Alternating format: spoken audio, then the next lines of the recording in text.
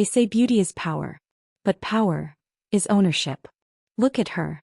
Tan skin glowing under the stage lights, curls of spun white silk framing a face the world worships. She thinks she's a goddess. She thinks she's free. But every curl was paid for. Every glance was bought. And the woman who bought her? She's waiting in the shadows. Porcelain skin cold as marble, blonde waves like a halo of gold. She doesn't smile. She doesn't share. And tonight she's done watching from afar. You think this is a love story? Darling, this is a takeover. They say luck is a woman. Maybe she is. But lately I've been wondering if luck has a name. Maybe it has a face like frozen marble and eyes that see everything even when they're closed.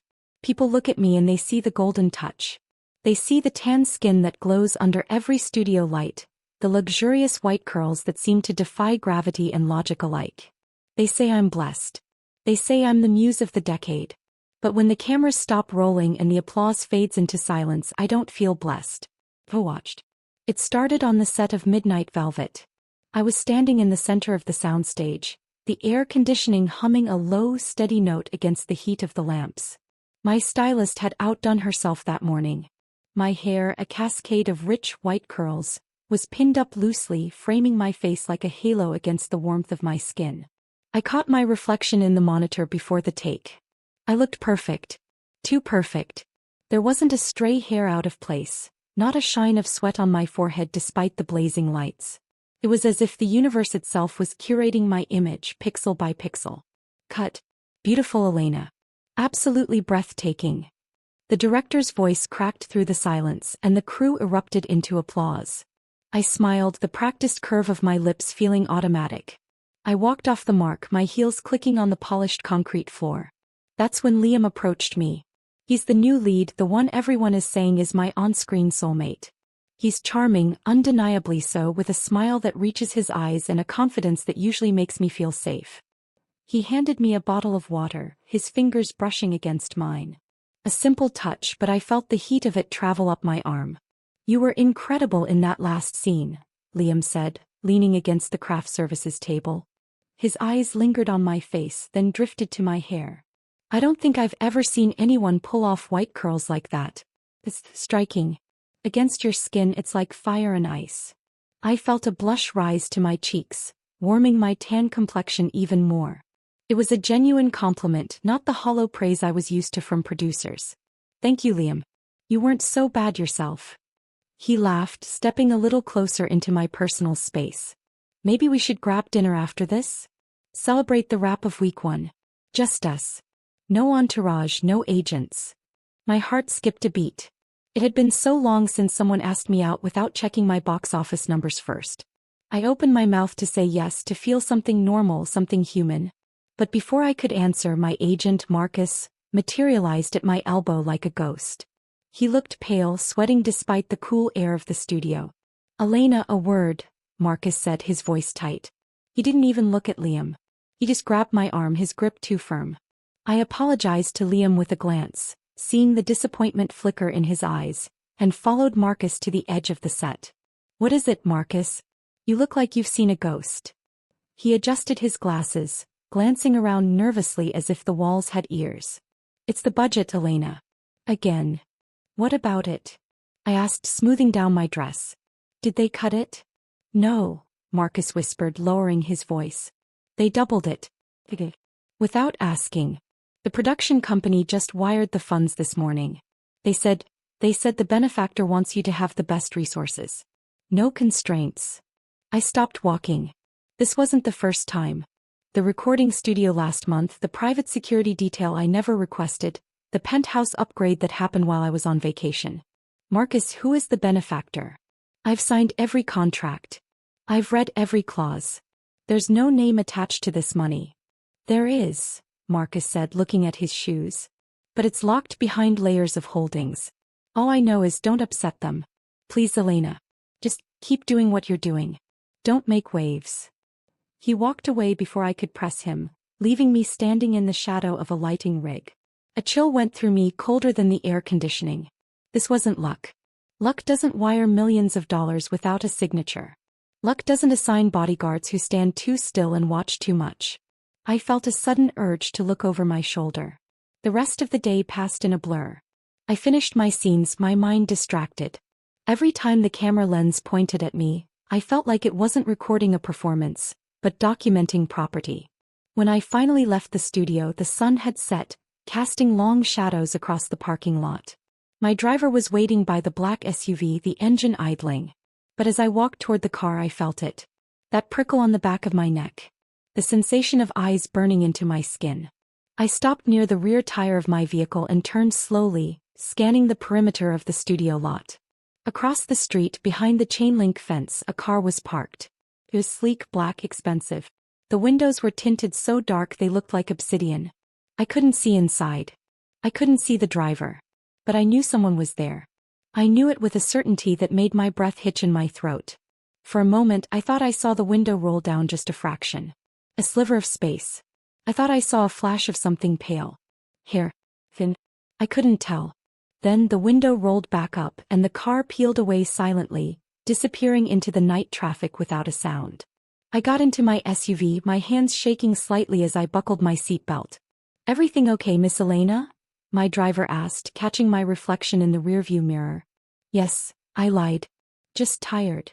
As we drove through the city, the lights of the buildings blurring past, I couldn't shake the feeling that the car was following us. Not close enough to be obvious, but close enough to be present.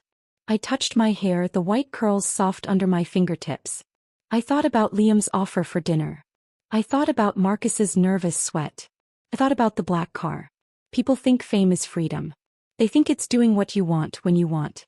But as I looked out at the city skyline, glittering like a field of diamonds, I realized the truth. Fame isn't freedom. It's visibility. And when you are visible enough, someone always comes out of the shadows to claim you.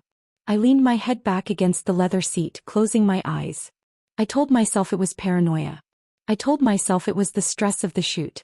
But deep down in the quiet place where I keep my secrets, I knew. The luck was running out. The design was taking over. Someone had been building this path for me brick by brick, roll by roll. And I had been walking it blindly, thinking I was leading the way. When I arrived at my penthouse, the doorman handed me a package. No return address. Just my name written in elegant, sharp handwriting. I took it inside, leaving it on the counter unopened. I didn't need to open it to know what it was. Another gift. Another reminder. I walked to the balcony and looked down at the street below. The city was alive, moving, breathing.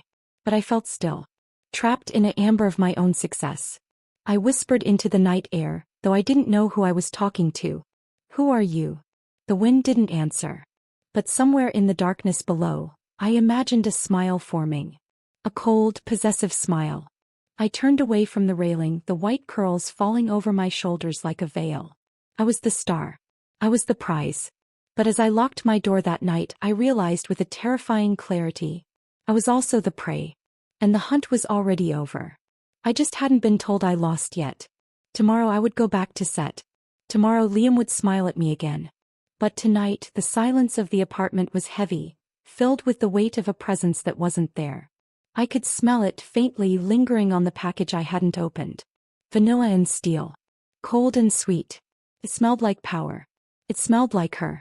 Whoever she was, she wasn't just watching anymore. She was waiting. And I had a feeling that when she finally stepped into the light, she wouldn't just want my attention. She would want everything. The package from last night sat on my counter, unopened like a silent accusation. I hadn't slept. Every time I closed my eyes, I saw the tinted window of that black car, the sliver of pale space where someone had been watching me. But tonight I couldn't hide. Tonight was the annual Luminary Gala, the biggest night in the industry, and I was expected to shine. I stood before the full-length mirror in my dressing room, letting the stylist make the final adjustments. The dress was a masterpiece of deep emerald silk, cut to cling to every curve of my body. It was designed to make my tan skin glow, to make me look like a goddess carved from warm earth. But as I looked at my reflection, I didn't feel like a goddess. I felt like a display mannequin. My white curls had been styled into an intricate updo, loose tendrils framing my face like clouds against a sunset. They were perfect. Too perfect. Just like everything else in my life lately. "You look stunning, Elena," my stylist said, stepping back to admire her work. Victoria's team sent over the jewelry specifically for this look. They said it was mandatory. I froze, my hands hovering near my neck. Victoria's team? The CO, she clarified, clipping a diamond necklace around my throat. The metal was cold against my skin, sending a shiver down my spine. She wants you to wear this tonight. No exceptions. I touched the diamonds. They were heavy, expensive, and beautiful. They felt like a collar. I swallowed the lump in my throat and nodded. Hey, let's go. The ride to the gala was quiet. Marcus sat across from me, typing furiously on his phone, avoiding my eyes. I wanted to ask him about Victoria, about why her team was dictating my jewelry, but I knew he wouldn't answer. He was too afraid. I looked out the window at the flashing lights of the city, wondering if the black car was out there again, trailing us through the traffic. When we arrived, the chaos was immediate. The red carpet was a sea of cameras, shouting photographers and screaming fans. As soon as I stepped out of the car, the flashes blinded me. I smiled, the practiced mask slipping into place. I waved, I posed, I turned so the light caught the white curls in the emerald silk. Then Liam arrived. He looked handsome in a tailored tuxedo, his smile bright and genuine amidst the artificiality. He offered me his arm and I took it, grateful for the anchor. We walked the carpet together, answering questions about our chemistry, our upcoming project, the rumors of romance. "Do you two make a lovely couple?" one reporter shouted. Liam squeezed my arm, leaning in close. "We certainly have chemistry," he said, looking at me with eyes that promised something real. I felt a genuine blush warm my cheeks. For a moment I forgot the black car. I forgot the jewelry. I just felt like a woman standing next to a man who liked her. But the feeling didn't last. The atmosphere shifted. It wasn't a sound but a change in pressure. The crowd near the entrance parted like the Red Sea. The shouting died down, replaced by a hushed whisper that rippled through the venue. She had arrived. Victoria. I saw her before I heard her name.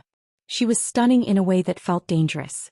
She wore a sharp, tailored suit of midnight blue, the fabric contrasting starkly against her porcelain skin. Her hair was a cascade of beautiful blonde waves, falling over one shoulder like spun gold. She didn't smile. She didn't wave. She walked with a precision that made everyone else look sloppy. Her eyes scanned the crowd, cold and calculating, until they landed on me. The air left my lungs. She walked straight toward us, ignoring the reporters, ignoring the celebrities reaching out to greet her. Her focus was a laser beam and I was the target. Liam straightened up, sensing the shift in power. He stepped forward, slightly protective. "Ms. Vance," he said, offering a hand. "It's an honor." Victoria didn't even look at his hand. She walked past him as if he were invisible, stopping inches from me. The scent hit me first, vanilla and steel. The same scent from the package. It was intoxicating and terrifying. "Elena," she said. Her voice was low, smooth, like velvet dragged over ice. "Ms. Vance," I managed to say, my voice trembling slightly. "Victoria," she corrected. She reached out, her hand hovering near my neck. Her fingers were long, elegant, and pale against my tan skin. She touched the diamond necklace her team had forced me to wear. Her knuckles brushed my collarbone, and I felt a jolt of electricity shoot through me. My breath hitched. I should have pulled away. I should have stepped back. But I was rooted to the spot. "The necklace suits you," she murmured, her eyes locked on mine. "But this curl, it's out of place." Before I could react, she tucked a loose white curl behind my ear. Her fingers lingered on my cheek, tracing the line of my jaw. Her touch was cold, but it made my skin burn. I could feel the blush spreading across my face, visible against my tan complexion. I felt exposed, stripped bare under her gaze. "You look exquisite tonight," she whispered, leaning in close enough that only I could hear. "A pity others feel entitled to look too." She glanced past me at Liam. The temperature seemed to drop 10 degrees. Her eyes narrowed just slightly, but the threat was clear. Liam shifted uncomfortably, sensing the hostility. "Victoria," I started, trying to regain some control. "I didn't know you'd be here." "I'm always here, Elena," she said, her voice dropping an octave. "You just never noticed. But you will. From now on you'll notice everything." She stepped back, but she didn't leave. She placed a hand on the small of my back. It was a gentle touch, but it felt like a claim. Her hand rested there, firm and possessive, guiding me toward the entrance. Come, she said. The inside awaits. And I believe your co-star has other obligations. Liam stepped forward. Actually, I'm escorting Elena tonight. Victoria stopped. She turned her head slowly to look at him. She didn't raise her voice. He didn't need to. No, she said simply. You're not. 2 security guards materialized at Liam's side. They didn't touch him, but their presence was enough. Liam looked at me, confusion and frustration in his eyes. Elena. I wanted to say something. I wanted to tell them to leave him alone. But Victoria's hand on my back pressed slightly, a silent command. My mouth felt dry. The fear was there, yes, but underneath it was something else. A strange, dark thrill. The way she looked at me, like I was the only thing in the world that mattered. Like she would burn the whole gala down before she let anyone else touch me. I'll see you on set, Liam, I said softly, my voice betraying me. Victoria smiled. It wasn't a warm smile. It was triumphant. She guided me through the doors, leaving Liam standing on the red carpet with the photographers. Inside, the gala was opulent, filled with crystal chandeliers and hushed conversations. But I barely saw any of it. All I could feel was her hand on my back, burning through the silk of my dress. She led me to a private table in the corner, away from the prying eyes of the general public. She pulled out a chair for me. I sat, feeling like a doll being placed on a shelf. She took the seat opposite me, pouring 2 glasses of champagne. She slid one toward me, her eyes never leaving my face. Drink, she said. I picked up the glass, my hand shaking slightly. Why did you do that? He was my date. He was a distraction, Victoria said, taking a sip of her own drink. Her porcelain skin glowed under the chandelier light, her blonde waves framing her face like a halo. You don't need distractions, Elena. You need focus. You need protection. Protection from what? From them, she gestured vaguely to the room. From anyone who thinks they can have a piece of you. You're not a public commodity, Elena. Not anymore. I looked down at the champagne, the bubbles rising to the surface. Who are you to decide that? She leaned forward, resting her chin on her interlaced fingers. I'm the one who built the stage you stand on. I'm the one who lights the cameras. And I'm the one who decides who gets to stand in the spotlight with you. Her foot brushed against mine under the table.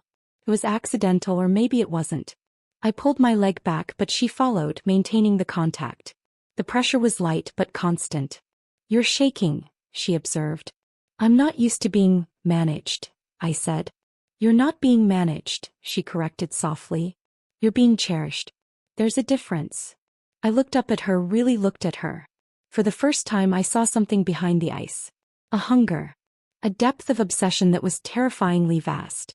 She wasn't just a CEO. She was a fan. But not the kind that bought tickets. The kind that bought the theater. Finish your drink, she said, her voice softening. The auction starts soon. And there are several items I've already purchased for you. I'd like you to see them. I should have run. I should have stood up and walked away. But the necklace felt heavy on my neck, and her foot was still pressed against mine, grounding me. The vanilla and steel scent surrounded me, filling my lungs. I felt trapped, but the cage was lined with velvet. Okay, I whispered. Victoria's lips curved into a smile again. This time it reached her eyes. Good girl. The words sent a shiver through me that had nothing to do with the cold. I took a sip of the champagne, the taste sweet and sharp. Across the room the music started, a slow waltz. Victoria stood up and extended her hand to me. Dance with me, she said. It wasn't a question. I looked at her hand. Pale, elegant, demanding. I looked around the room. People were watching us. The CEO and the star. The owner and the owned. I placed my hand in hers. Her grip was firm, pulling me up smoothly. She led me to the dance floor. When she pulled me into the hold, she was close. Too close. Her blonde waves brushed against my white curls. Her porcelain cheek was inches from my tan skin. The contrast was stark, beautiful, and wrong. Relax, she whispered into my ear. Her breath was warm against my neck. I'm not going to hurt you, Elena. I'm going to take care of you. But you have to let go. You have to stop fighting the current. We began to move. She led perfectly, guiding my steps without effort. I followed, my body responding to her lead instinctively. Who are you? I asked again, my voice barely audible over the music. She spun me out and pulled me back in tighter this time. Her hand on my waist tightened. "I'm the only person who sees you," she said. "Not the star. Not the image. The woman underneath." I wanted to believe her. God help me, I wanted to believe her. Because if she was the only one who saw me, then maybe I wasn't alone in this golden cage.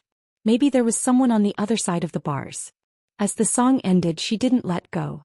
She held me there in the center of the floor while the applause started around us. She looked down at me, her eyes dark and possessive. "Tonight," she said, "you come home with me. Not to your penthouse. To my estate. There are things we need to discuss. Regarding your contract." "My contract?" I asked, panic rising. "Your life contract," she corrected. She didn't wait for an answer. She knew the answer. She knew she had already won. She took my hand and led me off the dance floor toward the exit. I looked back once. Liam was gone. The crowd was blurred. The only thing in focus was the back of Victoria's suit, the sway of her blonde hair and the hand holding mine. I walked out into the night air, into the black car waiting at the curb. The same car from the studio. The same car from my dreams. I got in. She got in beside me. The door closed, sealing us in silence. As the car pulled away, Victoria reached over and took my hand, interlacing our fingers. Her skin was cool, mine was warm. "No more luck, Elena," she said softly, looking out the window. "Only us." I looked at our joined hands. The diamonds on my neck felt heavier than ever. But I didn't pull away. I squeezed her hand back just once. A silent surrender. The gala was over. The real show was just beginning. And I was no longer the star. I was the prize. And she was the hunter who had finally caught her prey. The silence of my penthouse was usually my sanctuary. After a long day of lights, cameras, and noise, I craved the quiet. But tonight the silence felt heavy. It felt like holding its breath. I dropped my clutch on the entryway table, the sound echoing loudly in the empty space. My heels clicked against the marble floor as I walked toward the living room, each step sounding like a countdown. I was alone, but I didn't feel it. The scent of Victoria still clung to me. Vanilla and steel. It was woven into the fabric of my dress, lingering in my hair, trapped in the pores of my skin. I walked to the balcony doors and looked out at the city. The rain had started, streaks of water blurring the lights of the skyline. It matched the storm inside me. My hands were still shaking. I held them up in front of me, watching the tremors. Tan skin, manicured nails, diamond rings that felt too tight. I remembered the feeling of Victoria's hand on my back. Cold, firm, possessive. It burned hotter than any fever. I wrapped my arms around myself, trying to ward off the chill, but the heat was coming from inside. I needed to hear a human voice. Someone normal. Someone who wasn't part of this web. I pulled my phone from my clutch and scrolled to Liam's contact. His name felt safe on the screen. I pressed call and lifted the phone to my ear, pacing the length of the living room. 1 ring. 2 rings. 3. "The number you have dialed is currently unavailable." The automated voice was flat, devoid of emotion. I frowned and hung up. Maybe he was busy. Maybe he was dealing with the security guards. I tried again. Same result. Unavailable. A third time. Voicemail this time. "Hey, it's Liam. Leave a message." His voice sounded tired. Defeated. "Liam," I said, my voice cracking slightly. "Call me. Please. I need to know you're okay. Victoria, she did something. I don't know what." I hung up before I could say more. I didn't want to leave evidence. I didn't know who was listening. I tossed the phone onto the sofa and sank down into the cushions. My white curls fell around my shoulders, loose now after the stylist had taken down the updo. I ran my fingers through them, feeling the soft texture. They were my signature. The thing people recognized me for. But tonight they felt like a target. That's when I saw it. On the coffee table, where there had been nothing before I left for the gala, sat a box. It was matte black, tied with a silver ribbon. No note on top. No delivery sticker. It had just appeared. Like magic. Like a ghost had walked through my locked door and left it there. My heart hammered against my ribs. I should call security. I should call the police. But I didn't move. I couldn't. The pull was too strong.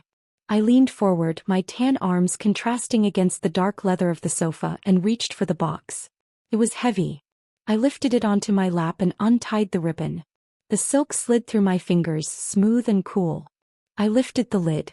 Inside, nestled in black tissue paper, was a set of hair care products. Bottles of shampoo, conditioner, oil. All labeled with a minimalist logo I didn't recognize. But there was a card tucked beneath them. I picked it up. The handwriting was sharp, elegant. For the curls I love to touch. My breath hitched.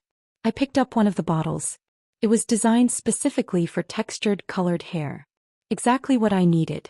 Exactly what I used. But these weren't the brands I bought. These were custom. I uncapped the oil. The scent hit me instantly. Vanilla and steel. It was her scent. Infused into the product. I shouldn't have done it. I knew I shouldn't. But I lifted the bottle to my nose and inhaled deeply. I closed my eyes, letting the scent fill my lungs. It was intoxicating. It smelled like power. It smelled like safety. It smelled like her. A shiver went down my spine, settling low in my stomach. I felt a blush rise on my cheeks, hot and shameful. I was breathing in the scent of the woman who terrified me, and I liked it. I put the bottle down and dug deeper into the box. Beneath the tissue there was a key. Gold, heavy, engraved with a single letter. V. And a ticket. First class. Private terminal. Tomorrow morning. No destination listed. Just a time. Be ready. I stared at the key. It glinted in the dim light of the living room. This was it. The point of no return. If I took this key, if I went to that terminal, I was stepping into her world completely. I was admitting that she owned me. I leaned back, closing my eyes. The memories started flooding back, unbidden. Pieces of the puzzle I had refused to see until now. 2 years ago. The audition for Midnight Velvet. I was up against 3 other actresses, all more experienced than me. The night before the callback, one of them dropped out. Cited personal reasons. Another got sick. Food poisoning. I got the role. Thought it was luck. Last year. The music contract. My label was going to drop me. My sales were dipping. Then out of nowhere, a buyout. A new subsidiary formed just for me. Unlimited budget. I thought it was my talent finally shining through. 6 months ago. The paparazzi scandal. A photo surfaced of me leaving a club looking tired, messy. Could have ruined my image. By morning the photo was gone. Every copy. Every server. Deleted. I thought it was a good agent. It wasn't luck. It was her. Victoria. She had been there all along. Pulling strings. Removing obstacles. Clearing the path. She hadn't just been watching me, she had been gardening me. Pruning away anything that threatened my growth. Anything that threatened her view of me. A tear slipped down my cheek, tracing a path over my tanned skin. I felt violated. I felt controlled. But God help me, I also felt cared for. In a twisted, dark way, she had protected me. She had kept the wolves at bay. She had built this empire just so I could stand on top of it. Thought about Liam. He was charming. He was safe. But he looked at me and saw a celebrity. He wanted to date the star. Victoria looked at me and saw, what? A project? A possession? Or something more? I didn't want to control you. I wanted to protect you. I hadn't even heard her say that yet, but I knew it was true. I could feel it in the weight of the key in my hand. I stood up and walked to the mirror in the hallway. I looked at myself. The white curls were wild around my face. The emerald dress was still clinging to my body. I looked like a woman on the edge. I touched my collarbone where Victoria's fingers had brushed. The skin there felt sensitive, alive. I realized then that I wasn't afraid of her. I was afraid of how much I wanted this. I was tired of fighting. Tired of pretending I was in control when everyone else was pulling the levers. At least with Victoria, the hand on the lever was honest. She didn't pretend to be my friend. She claimed to be my owner. There was an honesty in that. A dark, terrifying honesty. I walked back to the sofa and picked up the bottle of oil again. I poured a small amount into my palm. It was warm, silky. I began to run it through my curls, massaging it into the strands. It was a ritual. A preparation. As I worked the product through my hair, I imagined it was her hands. Long, pale fingers weaving through the white silk. I imagined her standing behind me, watching in the mirror. Her porcelain skin glowing in the reflection. Her blonde waves falling over my shoulders. The fantasy was vivid. Too vivid. My breath caught in my throat. I dropped my hands, the bottle slipping onto the cushion. I was alone in the dark, but I felt surrounded. The shadows in the corners of the room seemed to stretch toward me. I picked up the key again. It was cold to the touch. I closed my fist around it, feeling the edges dig into my palm. A little pain to ground me. Okay, I whispered to the empty room. Okay. I wasn't running. I couldn't run. Where would I go? She owned the labels. She owned the studios. She owned the security. There was no outside anymore. There was only inside. And inside there was her. I walked to the bedroom and began to pack. Not much. Just what I needed. I chose clothes that I knew she would like. The dark colors. Things that would contrast with my skin. Things that would make me look valuable. I was dressing for the owner. The thought should have horrified me. Instead it made my heart race. As I folded a dress, my phone buzzed on the nightstand. A text message. Unknown number. Don't forget the key. I hate waiting. My fingers trembled as I typed back. I didn't know what to say. I'm coming. Who are you? Stop this. Instead I typed one word. Ready. I hit send before I could change my mind. I placed the phone face down. The silence rushed back in, but it was different now. It wasn't heavy. It was expectant. Like the quiet before the first note of a song. I went back to the balcony. The rain was heavier now, washing the city clean. I leaned against the glass, pressing my forehead to the cool surface. I thought about the ticket. Tomorrow morning. I would leave my life here. The penthouse, the fake independence, the illusion of choice. I would walk into the private terminal and I would find her. I touched my hair again. It smelled like her. I was already marked. I wondered if she had cameras in here. I wondered if she was watching me pack. I wondered if she was smiling that cold, triumphant smile. The thought sent a thrill through me that was dangerously close to desire. I turned away from the window and looked at the box on the table. The lid was still open. The ribbon lay coiled like a snake. I walked over and picked up the ribbon. I tied it around my wrist. A bracelet. A promise. I'm yours, I said to the shadows. Just tell me what you want. The shadows didn't answer. But the city lights flickered once, twice. Or maybe that was just my eyes. Maybe I was finally seeing the world the way it really was. Not a place of chance, but a place of design. And I was the masterpiece. I went to bed, but I didn't sleep. I lay there in the dark, the key on the nightstand beside me. Every time I drifted off, I dreamed of blonde waves and porcelain skin. I dreamed of a cage made of gold, and I dreamed that I was locking the door from the inside. When morning came, the rain had stopped. The sky was a bruised purple, clearing into gray. I showered, using the shampoo from the box. The lather was rich, the scent overwhelming. I stepped out of the shower and wrapped a towel around my body, looking at my reflection in the steamy mirror. My tan skin was flushed from the heat. My white curls were damp and heavy. I looked ready. I looked owned. I picked up the key and slipped it into my pocket. It felt like it belonged there. I picked up my bag. I took one last look at the penthouse. It was beautiful. Expensive. It was a waiting room. My real life was waiting at the terminal. I walked out the door. I didn't look back. The elevator ride down was smooth, silent. When the doors opened to the lobby, the doorman was waiting. He had a car ready. Not my usual driver. A black SUV. Tinted windows. Miss Elena, he said, opening the door. Miss Vance is expecting you. I didn't ask how he knew. I didn't ask who he was working for. I got in. The leather seat was cool. The partition was up. I was alone in the back, but I knew I wasn't. As the car pulled into traffic, I looked out the window. The city was waking up. People were rushing to work, to coffee shops, to normal lives. I pressed my hand to my pocket, feeling the key through the fabric. I was leaving the normal world behind. I closed my eyes and leaned my head back. The scent of vanilla and steel was everywhere. It was in the car. It was on my skin. It was in my hair. I took a deep breath and let it out slowly. There was no luck left. There was only the design. And for the first time in my life, I wasn't fighting the current. I was letting it take me. I was letting her take me.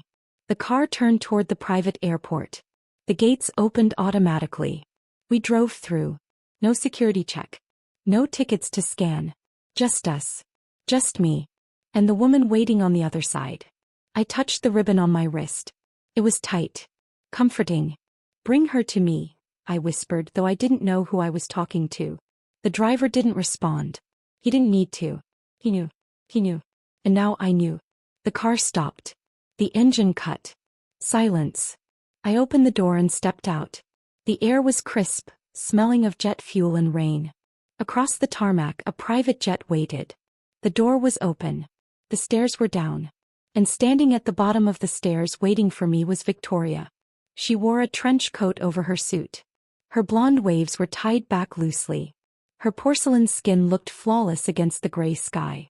She wasn't smiling. He was watching. I walked toward her. My heels clicked on the tarmac. Each step was a promise. Each step was a surrender. When I reached the bottom of the stairs, she didn't speak. She just extended her hand. Palm up. An invitation. A command. I looked at her hand. Then I looked at her eyes. They were dark, endless. I placed my hand in hers. She closed her fingers around mine. Tight. Secure. "Welcome home, Elena," she said. And I believed her. The car ride from the private airfield to the city center was a blur of gray rain and neon lights. I sat in the back of the black SUV, my hands clasped tightly in my lap. The key Victoria had sent me was burning a hole in my pocket, a physical reminder of the choice I had made. I had chosen this. I had boarded the jet. I had walked into the car. But as the skyscrapers loomed higher, piercing the cloudy sky like needles, I felt the weight of that choice pressing down on my chest. We stopped at the base of the Vance Tower. It was the tallest building in the city, a needle of glass and steel that seemed to hold up the clouds. The driver didn't speak. He simply opened the door and held an umbrella over me as I stepped out into the downpour. The rain was cold, stinging my tan skin, but I barely felt it. I was focused on the revolving doors, the golden V logo spinning slowly above the entrance. Inside, the lobby was silent. No security guards. No receptionists. Just marble floors and echoing silence. The elevator waited for me with its doors open. I stepped inside alone. The buttons were already lit. The top floor. The ascent was smooth, my stomach lurching slightly as the numbers climbed. I watched my reflection in the polished steel doors. My white curls were damp from the rain, clinging to my neck. My emerald dress from the gala had been changed into something simpler. A black silk blouse and trousers Victoria's assistant had provided on the jet. I looked smaller somehow. Less like a star and more like a guest. Or a prisoner. When the doors opened, I stepped into darkness. The only light came from the floor-to-ceiling windows that wrapped around the entire office. The city sprawled below us, a grid of electric blue and amber, blurred by the rain streaking down the glass. The room was vast, minimalist. No clutter. No personal photos. Just a massive desk made of dark wood and a single leather sofa. And there she was. Victoria stood by the window, her back to me. She was looking out at the rain, her silhouette framed by the city lights. She wore a white silk shirt, unbuttoned at the collar, and black slacks. Her blonde wavy hair fell loose over her shoulders, catching the faint light like spun gold. She didn't turn around as I entered. She didn't have to. She knew I was there. "Close the door, Elena," she said. Her voice was calm, carrying easily across the empty space. I reached back and pressed the button. The elevator doors slid shut with a soft chime, sealing us in. The sound echoed like a gavel strike. I was alone with her. High above the world. I walked toward her, my heels clicking on the concrete floor. Each step felt heavy. I stopped a few feet behind her. I could smell her scent even from here. Vanilla and steel. It was stronger here, saturating the air. "Where is he?" I asked. My voice sounded thin in the large room. Victoria turned slowly. Her movement was fluid, predatory. Her porcelain skin looked almost translucent in the dim light, her eyes dark and unreadable. She held a glass of wine in one hand, swirling the liquid gently. "Where is who?" she asked, though she knew exactly who I meant. "Liam," I said, forcing strength into my tone. "You took him from the gala. You made security move him. Now his phone is off. His agent isn't answering. Where is he, Victoria?" She took a sip of wine, her eyes never leaving mine. "He's safe," she said simply. "He's on a flight to London. A role there. Much better suited for his talents." "You sent him away," I accused, stepping closer. "You can't just move people around like pieces on a board. He's a person. I'm a person." Victoria set the wine glass down on the windowsill. The clink of glass on glass was sharp. She pushed off the window and began to walk toward me. I stood my ground, but my heart was racing against my ribs. She stopped just out of arm's reach. I can, she said softly. And I did. Because he was a distraction. Because he looked at you and saw a prize to be won. He didn't see you, Elena. He saw the fame. He saw the money. And you do. I challenged. You see me. I see everything, she replied. Her voice dropped, becoming smoother, darker. I see the way you bite your lip when you're nervous. I see the way your white curls frizz when it rains. I see the way your tan skin flushes when you're angry. She took another step. I didn't retreat. I see you better than you see yourself. I felt the heat rising in my cheeks. I hated that she could read me so easily. I hated that my body was betraying me, reacting to her proximity with a warmth that had nothing to do with anger. You don't own me, I said, though the conviction was wavering. You fund my projects. You buy the studios. But you don't own me. Victoria smiled. It was a small, cold smile. Don't I? She moved suddenly, closing the distance between us. I gasped as she invaded my personal space. She didn't touch me yet, but her presence was overwhelming. She was taller than me in her heels, looking down at me with an intensity that made my knees weak. Tell me, Elena, she whispered. Who booked your last tour? Who silenced the tabloids last year? Who ensured you got the lead in Midnight Velvet over actresses twice your age? I earned those roles, I insisted, but my voice shook. You earned nothing, she said, her tone merciless. You were given everything. Because I wanted you to shine. Because I wanted the world to see what I see. But the world is dirty. It tries to take things. It tries to touch what belongs to someone else. She raised her hand. I flinched, but she didn't strike. She simply reached out and tucked a damp curl of my white hair behind my ear. Her fingers were cold, but where they touched my skin I burned. Her knuckles brushed against my jawline, tracing the bone down to my chin. You're shaking, she observed. I'm angry, I lied. You're aroused, she corrected. My breath hitched. I wanted to deny it, but the words stuck in my throat. He was right. The fear was there, yes, but underneath it was a current of electricity. The way she looked at me, like I was the only source of light in the dark room. It was intoxicating. Victoria stepped closer, pressing me back until my back hit the cold glass of the window. The city lights swirled behind me, a dizzying drop into the darkness below. I was trapped between the cold glass and her warm, solid body. She placed her hands on the glass on either side of my head, caging me in. You think you want freedom, she murmured, leaning down so her lips were inches from my ear. But freedom is lonely, Elena. Freedom is fighting alone. I'm offering you something else. I'm offering you protection. I'm offering you me. Her breath was warm against my neck.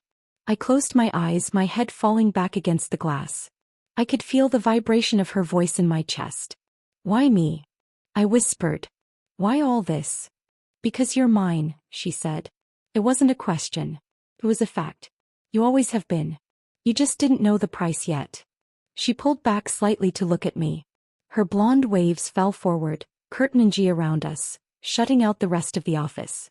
Her porcelain skin was flawless, her eyes dark pools of obsession. I felt small in her presence but not insignificant. I felt precious, like a gemstone held in a velvet box. I need to go, I said weakly.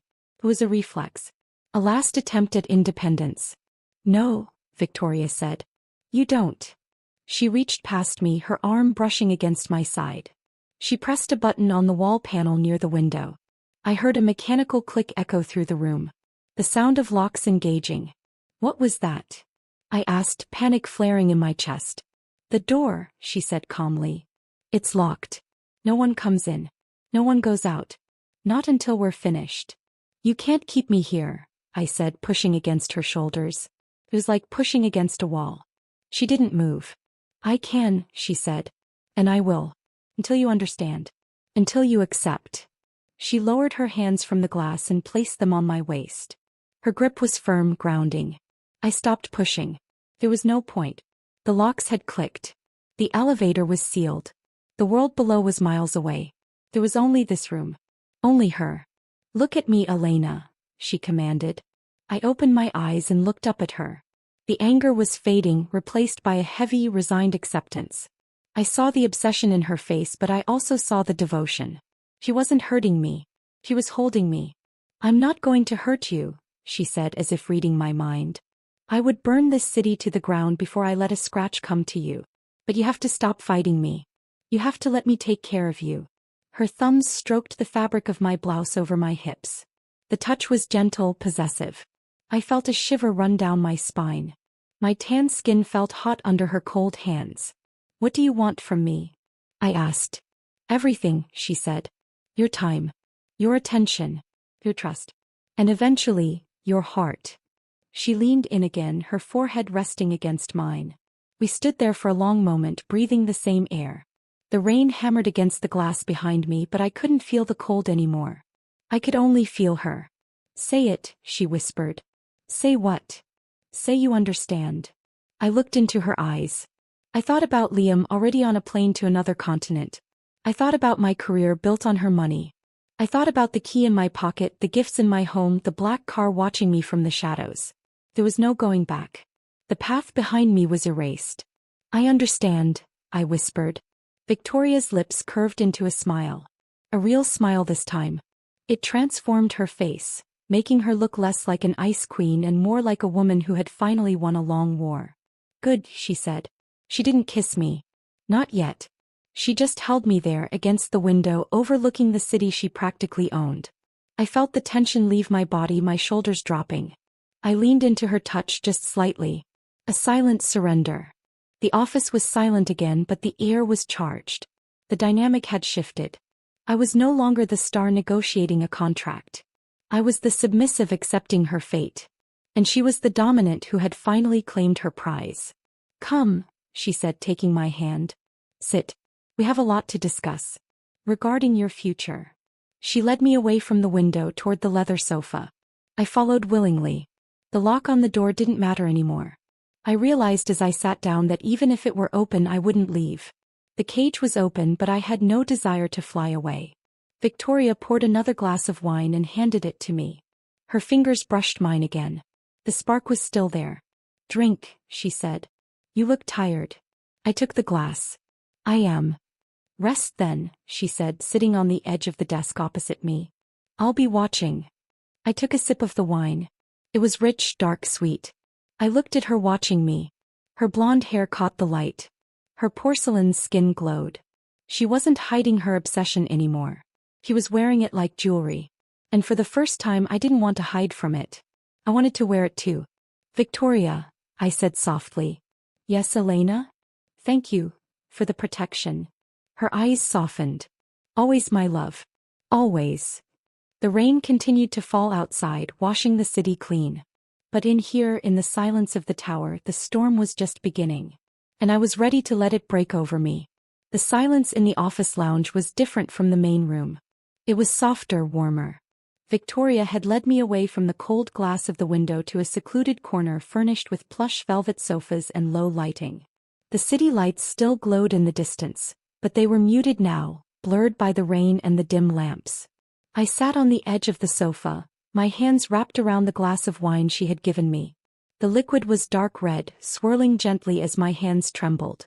Victoria stood before me. She had shed the sharp authority of the CEO for something more intimate. She leaned against the desk behind me, her arms crossed, watching me with those dark, endless eyes. Her blonde wavy hair fell over one shoulder, catching the amber light of the lamp. Her porcelain skin looked flawless, untouched by the stress of the night. She looked like a statue come to life, beautiful and immutable. "You're wondering how long," she said. Her voice was quiet, lacking the edge it had held earlier. It was just honest. I looked up at her. "How long have you been doing this?" "Since the beginning," she replied. "Since the first audition. The one for the community theater production. You wore a blue dress. You forgot your lines halfway through, but you smiled and you kept going." I froze. The wine glass paused halfway to my lips. That was 10 years ago. No one was there. Just the director and me, she finished. I was in the back. I wasn't anyone then. Just an heir with too much money and too much time. But I saw you. I saw the way the light hit your tan skin. I saw the way your white curls bounced when you moved. I knew then. I knew you were going to be something extraordinary. And I knew I wanted to be the reason why. I set the glass down on the coffee table. The clink sounded loud in the quiet room. You bought my career, I said. It wasn't a question. It was an accusation, but it felt hollow even as I said it. I built it, she corrected gently. She pushed off the desk and walked toward me. She didn't stop until she was standing between my knees. I looked up at her, feeling small, enveloped by her presence. There's a difference, Elena. Buying implies transaction. Building implies care. I cleared the path. I removed the weeds. I made sure the sun always shone on you. At what cost? I asked, my voice rising slightly. People lost jobs. Liam lost a role. Maybe his career. Is that what you call care? Victoria's expression didn't change, but her eyes darkened. Liam was a weed, she said simply. He would have drained you. He would have taken your light and used it to fuel his own ego. I couldn't allow that. As for the others. She shrugged, a slight movement of her shoulders. Collateral damage. To protect a diamond, you must cut away the rough stone. I was the cutter. And you are the diamond. She reached out and placed her hands on my knees. Her touch was heavy, warm now. I felt the heat of her palms through the fabric of my trousers. I should have pushed her away. I should have stood up and demanded justice for the people she had ruined. But I couldn't move. I was captivated by the intensity of her devotion. It was twisted, yes. It was dangerous. But it was also the most consistent thing I had ever known. Why didn't you tell me? I whispered. Why let me think it was luck? Because luck is humble, she said, stepping closer, her knees brushing against mine. Power is not. If you knew what I was doing, you would have fought me. You would have tried to be independent. And I couldn't risk you failing. The world is cruel to women like us, Elena. It chewed up my mother. It would have chewed you up too. I couldn't let that happen. She lifted one hand from my knee and reached for my hair. Her fingers tangled gently in my white curls. She didn't pull, she just held them, feeling the texture. I love your hair, she murmured. It's like moonlight. Against your skin. It's the most beautiful contrast I've ever seen. I felt a blush spread across my face, warming my tan complexion. Her compliment felt heavier than any praise I'd received on a red carpet. This wasn't about my image. This was about her preference. Her obsession. I felt so lonely, I admitted. The words slipped out before I could stop them. I looked down at my hands. At the top. Everyone wanted something. Everyone wanted a piece of me. Even my friends. Even my family. They saw the brand. They didn't see me. Victoria's hand stopped moving in my hair. He went still. I know, she said softly. I watched you cry in your dressing room after the awards show last year. I watched you sit on your balcony and stare at the city for hours. You were starving, Elena. Not for food. For connection. She moved then, shifting from standing to kneeling. She lowered herself onto the plush rug between my legs, looking up at me. The CEO was gone. The Ice Queen was gone. In her place was a woman who looked at me with raw, unfiltered need. Her porcelain skin was flushed slightly, her blonde waves cascading over her shoulders. I didn't want to control you, she said, her voice breaking slightly. I wanted to protect you from the loneliness. I wanted to be the only one who needed you. Not for your fame. Not for your money. Just for you. I looked down at her. She was kneeling before me. The woman who owned the building, the company, my career, was kneeling on the floor. It was an act of submission, but it felt like dominance. She was showing me how far she would go. She was showing me that she was beneath me and above me all at once. You scare me, Victoria, I said honestly. I know, she replied. But I also make you feel safe. Don't I? I couldn't lie. Yes. Then trust me, she said. She leaned forward, resting her forehead against my knee. It was a gesture of fealty. Let me carry the burden. Let me make the hard choices. You just shine. That's all I want. I want you to shine for me. I reached out, my hand trembling, and touched her hair. Her blonde waves were soft, silky under my fingers. I wound a strand around my hand, pulling gently. She didn't resist. She leaned into my touch, closing her eyes. You ruined my life, I whispered, but there was no heat in it anymore. I saved it, she corrected, opening her eyes to look at me. And I'm not done yet. She stood up slowly, rising until she was looming over me again. She took my hands in hers, pulling me up from the sofa. We stood face to face, close enough that I could feel her breath on my lips. The scent of vanilla and steel was overwhelming now. It was everywhere. It was the air I breathed. "There's one more thing," she said. Her voice was low, vibrating in the space between us. "What?" "The contract," she said. "The one you signed when you started. There was a clause. Section 4, paragraph B, morality and exclusivity." I frowned. I never read that far. Marcus said it was standard. "It wasn't standard," Victoria said. "It was specific. It said that in the event of significant investment, the investor retains rights to personal consultation and exclusivity in representation." "You're saying I sign myself over to you?" I asked, a laugh bubbling up in my throat. It was hysterical. It was terrifying. "Legally, yes," she said. "Emotionally, that's what tonight is for. I don't want a signature, Elena. I want you to mean it. I want you to say it." She lifted my hand and pressed it against her chest, over her heart. I could feel the beat beneath the silk of her shirt. It was fast, strong, matching my own. "Say you're mine," she whispered. "Not because of the contract. Not because of the money. Because you want to be." I looked into her eyes. I saw the obsession there, vast and deep like an ocean. I saw the danger. I saw the love. It was a dark love, a possessive love, but it was the only love that had never asked me to be anything other than what I was. Thought about running. I thought about calling Marcus. I thought about trying to fight the legal battle. But I knew I would lose.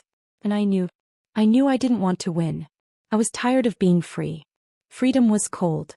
Freedom was lonely. This was warm. This was safe. I squeezed her hand. I felt the contrast of our skin. My tan fingers against her porcelain knuckles. My white curls brushing against her blonde waves as I leaned in. "I'm yours," I whispered. The words hung in the air. Victoria's eyes widened slightly. A flicker of triumph passed through them, followed by something softer. Relief. "Again," she commanded softly. "I'm yours, Victoria." She let out a breath she seemed to have been holding for years. She pulled me into her arms, wrapping me in a tight embrace. I buried my face in her neck, breathing in her scent. She held me like I was fragile, like I was the most precious thing in the world. "Finally," she murmured into my hair. "Finally, you're home." We stood there for a long time, swaying slightly in the dim light. The rain continued to fall outside, but it didn't matter. The world outside could burn. It didn't matter. All that mattered was this room. This woman. This promise. When she finally pulled back, she looked at me with a new intensity. The ice was gone. Now there was only fire. "Come," she said, taking my hand. "There's a room prepared for you. Here. You won't be going back to the penthouse tonight." "Is that an order?" I asked, a small smile touching my lips. "It's a suggestion," she said, leading me toward a door at the back of the lounge. "But I hope you'll follow it." I walked beside her, our hands linked. I looked down at our joined hands. The diamonds on my fingers sparkled in the low light. They felt lighter now. Less like a collar and more like a promise. As we walked down the hallway, the carpet muffling our steps, I realized something. I wasn't a prisoner. A prisoner wants to escape. I didn't want to escape. I wanted to see how deep the rabbit hole went. I wanted to see how far she would go to keep me. And I had a feeling she would go to the ends of the earth. We stopped at a door. Victoria opened it. Inside was a bedroom. Not a guest room. My room. It was decorated in my colors. Emerald greens, warm creams. There were photos on the wall. Photos of me. From different eras. Some I recognized. Some I didn't. Some were taken from afar. Candid shots. Sleeping. Laughing. Working. I walked into the room, touching the frame of one photo. It was me years ago buying coffee. I looked happy. Unaware. "I watched you every day," Victoria said from the doorway. "Even when I wasn't there. I kept you close." I turned to look at her. She was leaning against the doorframe, watching me with that same possessive hunger. "It's creepy," I said. "It's devotion," she replied. I walked back to her. I stopped inches from her face. "Show me," I said. "Show me what happens now." Victoria smiled. It was a slow, dangerous smile. She reached out and traced my lower lip with her thumb. "Now," she said. "We begin." She leaned in and kissed me. It wasn't a gentle kiss. It was claiming. It was final. It tasted of wine and vanilla and victory. I kissed her back, my hands tangling in her blonde hair, pulling her closer. The last of my resistance crumbled. The last of my fear burned away. There was only this. Only us. Only the cage we had built together. And as I closed my eyes and let her hold me, I knew I would never want to be free again. The kiss wasn't gentle. It was a collision. When Victoria's lips met mine in the doorway, it felt like the final lock clicking into place. There was no hesitation, no asking for permission. She took what was hers. I responded instinctively, my hands flying up to tangle in her blonde waves, pulling her closer. The scent of vanilla and steel filled my senses, drowning out everything else. The hallway, the city outside, the past life I was leaving behind, it all faded into gray static.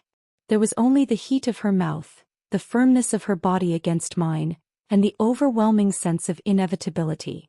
She broke the kiss only to push the door fully open, ushering me into the bedroom. It was dimly lit, illuminated by a few scattered lamps that cast long warm shadows across the emerald green sheets. The room smelled like her. It smelled like us.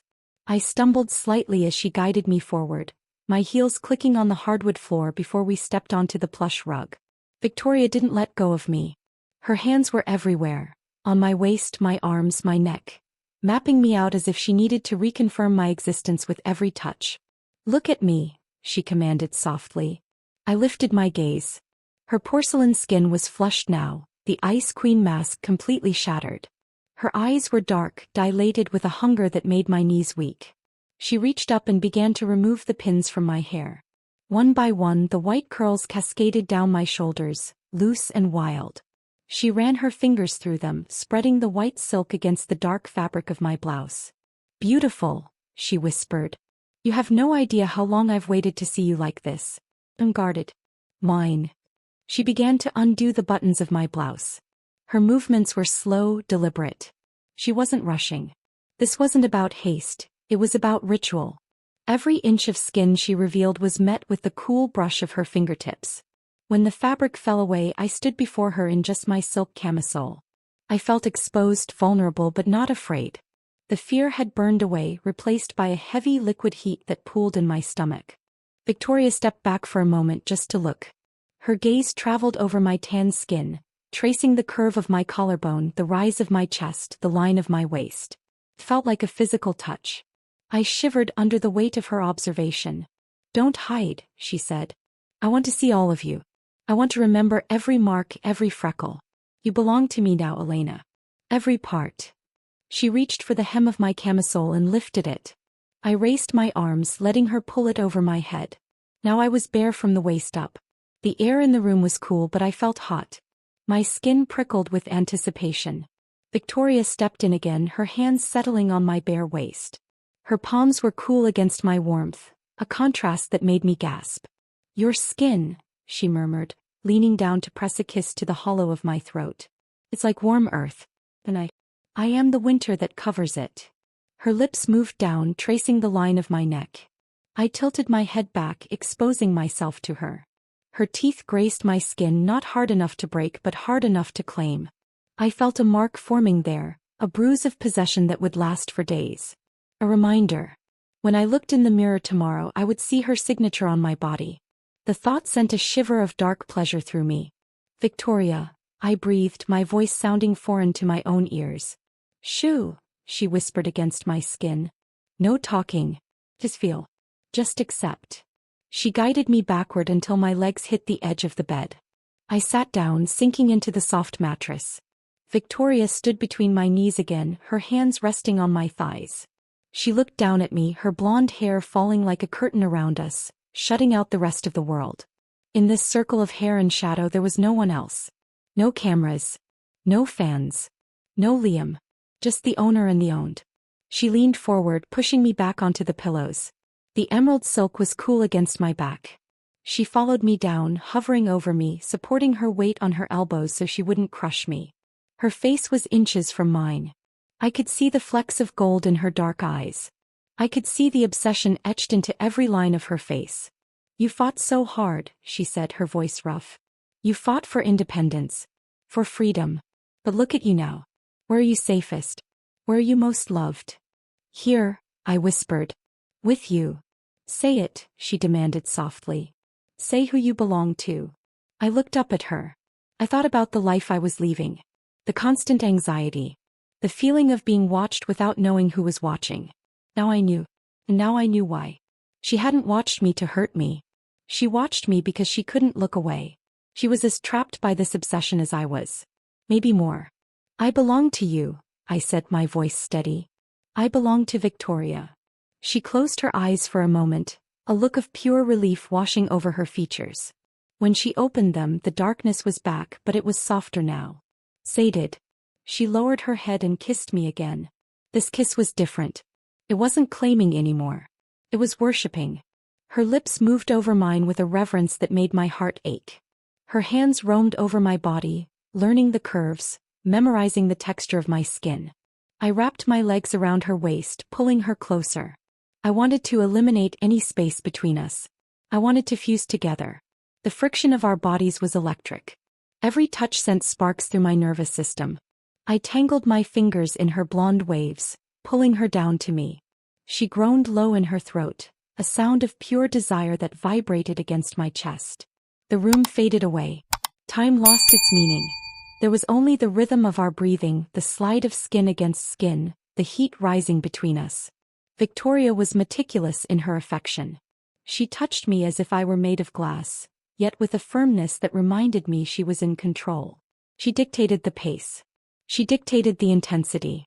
And I surrendered to it completely. I let go of the need to steer. I let go of the need to choose. It was a freedom I hadn't known existed. The freedom of submission to someone who knew exactly what I needed. At one point she paused, lifting her head to look at me. Her hair was messy now, wild around her porcelain face. My white curls were spread out on the pillow like a halo. We were a stark contrast, a painting of light and dark, winter and summer. You're glowing, she whispered, tracing my cheekbone. This is what you look like when you're not performing. When you're just mine. I feel it, I said, my hands resting on her shoulders. I feel safe. You are safe, she promised. Nothing will touch you. No one will hurt you.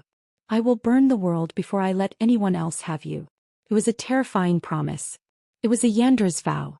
But in that moment, wrapped in her arms, smelling her scent, feeling the weight of her body protecting mine, it felt like the only truth that mattered. I didn't want the world. I wanted this room. I wanted this cage. She lowered herself again and the intimacy deepened. The sensations became overwhelming, a tide pulling me under. I buried my face in her neck, breathing her in. I marked her too, biting gently at the junction of her neck and shoulder. She hissed in a breath, her grip on me tightening. Yes, she whispered. Mark me. Let them know. Let everyone know who you belong to. We moved together in the dim light, a dance as old as time but new to us. There was no shame. No hesitation. Only the raw, unfiltered expression of what we were to each other. When the peak finally came, it wasn't an explosion but a collapse. A surrender. I clung to her, my nails digging into her back, and she held me through it, whispering my name like a prayer against my skin. Afterward, the silence returned. But it wasn't heavy anymore. It was peaceful. Victoria rolled to her side, pulling me with her. She tucked me against her chest, her arm draped heavily over my waist. An anchor. I lay there, listening to the steady beat of her heart. It was slow, calm. The storm had passed. I traced patterns on her porcelain arm with my finger. Her skin was cool now, soothing against my heated body. My white curls were mixed with her blonde waves on the pillow, a tangle of gold and white that symbolized our union.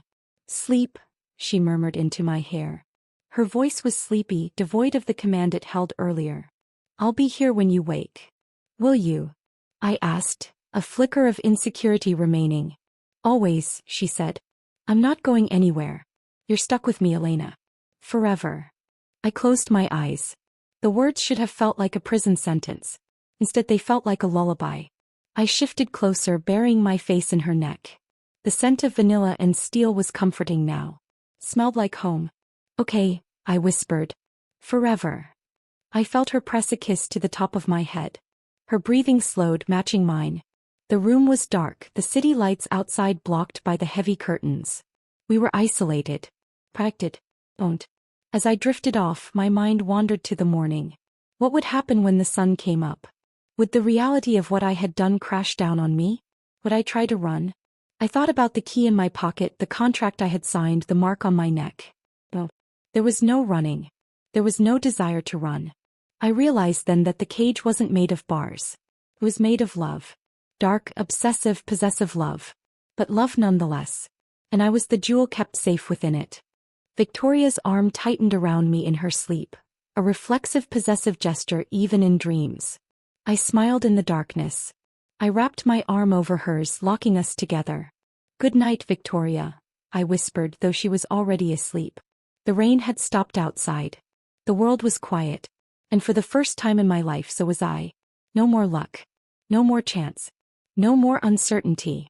Just this. Just us. Just the endless, dark safety of her arms. I let go of the last shred of resistance, sinking into the mattress, into her, into the truth. I was hers. And she was mine. And that was enough. It had to be. Because there was nothing else left. The sunlight here is different. It's softer, filtered through the sheer white curtains that billow gently in the ocean breeze. I woke up slowly, the way you do when you have nowhere to be, nothing to rush toward. The bed was vast, draped in linens that felt like cool water against my skin. But I wasn't alone. I never am anymore. Victoria's arm was draped over my waist, heavy and secure. Her breathing was slow, rhythmic, a steady anchor in the quiet room. I lay still for a moment, just listening to her. 3 weeks had passed since that night in the office. 3 weeks since I stopped fighting the current and let it pull me under. People might call it captivity. They might look at the headlines and whisper about the CEO who bought the Star. But they don't know what it feels like to wake up without the anxiety. They don't know the peace of knowing someone is watching over you, not to hurt you but to keep the world away. I shifted slightly and Victoria's arm tightened instinctively, even in sleep. Her porcelain skin was warm now, flushed from the sleep. Her blonde wavy hair was spread across the pillow like a halo of spun gold, mingling with my own white curls. We were a tangle of limbs and hair, a single entity in the dim light. I lifted my hand and traced the line of her jaw. She stirred, her eyes fluttering open. They were dark, sleepy, but the moment they focused on me, the intensity returned. The obsession. The love. "Good morning," she murmured, her voice rough with sleep. She leaned in and kissed my forehead, then my nose, then my lips. A ritual. A benediction. "Good morning," I replied. I didn't pull away. I leaned into her touch, my tan skin seeking her warmth. "Did you sleep well?" she asked, propping herself up on one elbow to look at me. Her gaze traveled over my face, my neck, lingering on the mark she had left there 3 weeks ago. It had faded to a soft bruise, but it was still visible. The badge. "I did," I said. "No dreams. Just quiet." "Good," she said, satisfied. "Quiet is what you need. The world is too loud." She sat up, the silk sheet slipping down to reveal her shoulders. She reached for the brush on the nightstand. It was a simple thing, wood and bristle, but in her hands, it felt like a scepter. "Turn over," she said softly. "Let me fix your hair." I obeyed, sitting up and turning my back to her. I felt her fingers comb through my white curls, gently detangling the knots from the night. It was an intimate act, something a lover does, something a owner does. She worked in silence for a while, the only sound the rhythmic pull of the brush through my hair. "You have a shoot today," she said, her voice casual. "But I changed the schedule. Only 4 hours. Then you're coming home." "Home?" I asked, catching her eye in the vanity mirror across the room. "Here," she said. "With me. Where you belong." I used to hate when she canceled my plans. I used to fight for every hour of my day. Now I felt a wave of relief. 4 hours was enough. The rest was for us. "Hey," I said. 4 hours." She finished brushing my hair and leaned forward, wrapping her arms around my shoulders from behind, resting her chin on top of my head. Our reflections stared back at us. The contrast was stark. My tan skin against her porcelain complexion. My white curls against her blonde waves. Dark and light. Earth and ice. "You're wearing the necklace today," she said. It wasn't a question. I reached up and touched the cold metal against my collarbone. It was a delicate chain, platinum, with a single emerald pendant.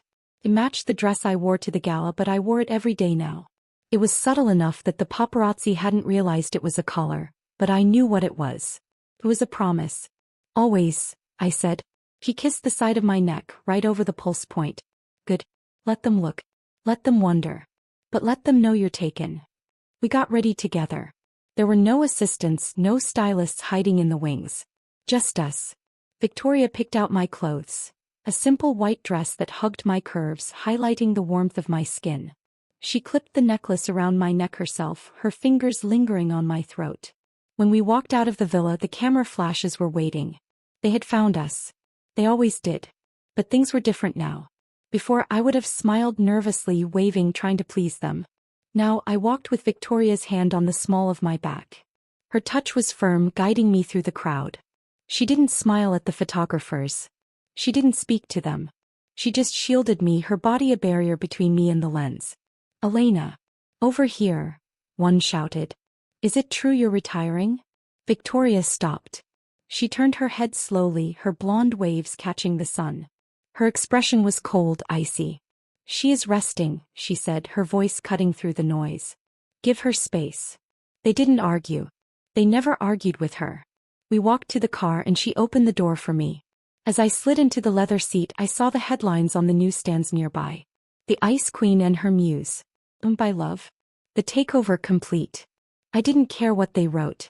I looked at Victoria as she got into the driver's seat. She caught me looking and smiled. That rare, possessive smile that was only for me. Are you happy, Elena? She asked as we drove away from the cameras, heading back to the seclusion of the estate. I looked out the window at the passing palm trees. I thought about the old life. The luck. The anxiety. The feeling of being watched by shadows I couldn't name. Then I looked at her. The shadow had a name now. And it held my hand. I said honestly. I thought freedom was what I wanted. But freedom was just loneliness in disguise. Victoria reached over and took my hand, interlacing our fingers. Her grip was tight. Freedom is a myth, she said. Everyone belongs to something. To a company. To a fan base. To a habit. You belong to me. And I belong to you. That is the only truth that matters. I squeezed her hand back. I know. We arrived back at the estate as the sun began to set. The sky was turning purple and orange, reflecting off the pool water. We walked out onto the terrace, glasses of wine in hand. The air was cooling, but I didn't feel cold. Not with her standing next to me. Victoria set her glass down and turned to face me. She looked serious, her eyes searching my face. I need you to know something, she said.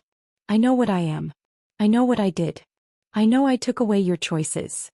You gave me better ones, I interrupted. She shook her head slightly. No. I took them. And I will take them again if I have to. If someone tries to hurt you, I will destroy them. If the world gets too loud, I will silence it. I am not a good woman, Elena.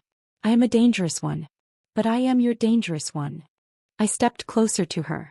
I placed my hands on her chest, feeling the steady beat of her heart beneath the silk of her shirt. I don't want a good woman, I said. I want you. I want the protection. I want the cage. Victoria's breath hitched.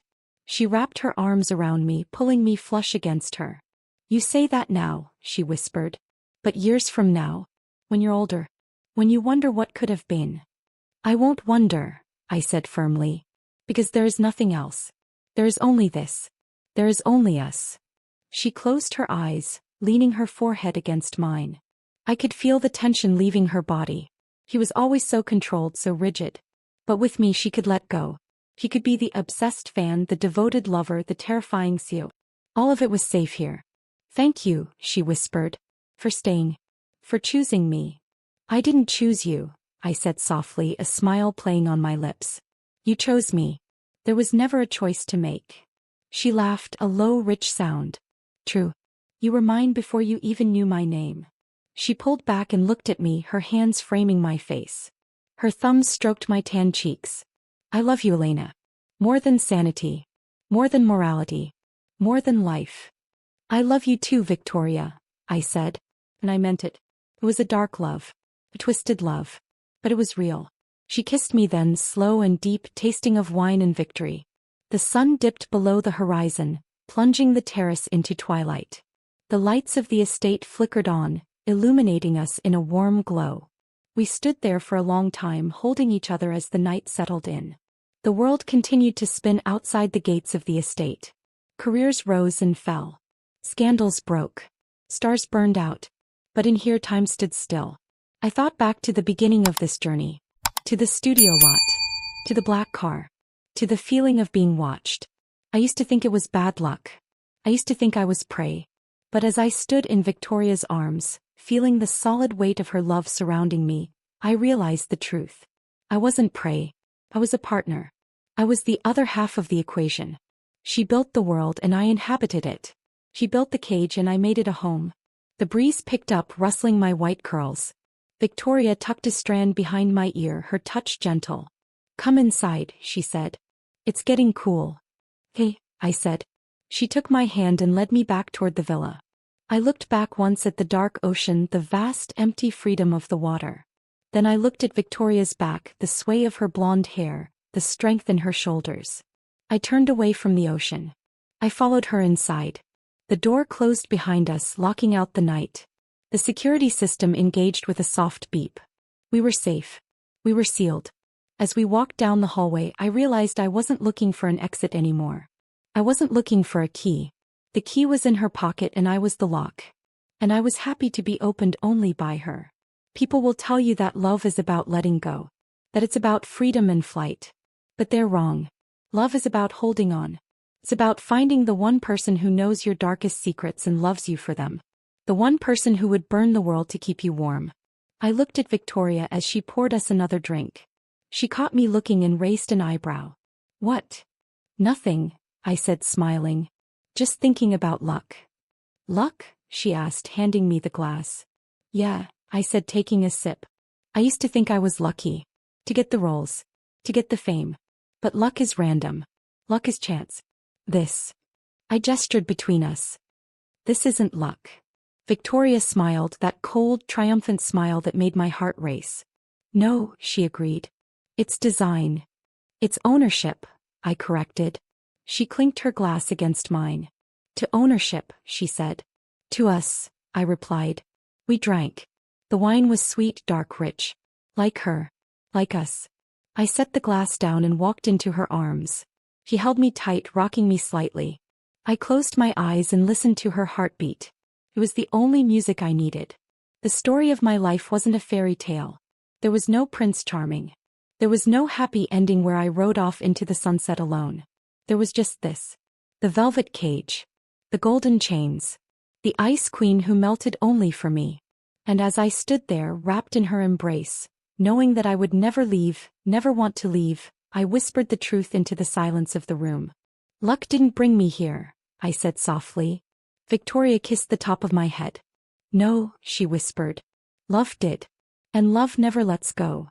I smiled against her chest. He was right. Love never lets go.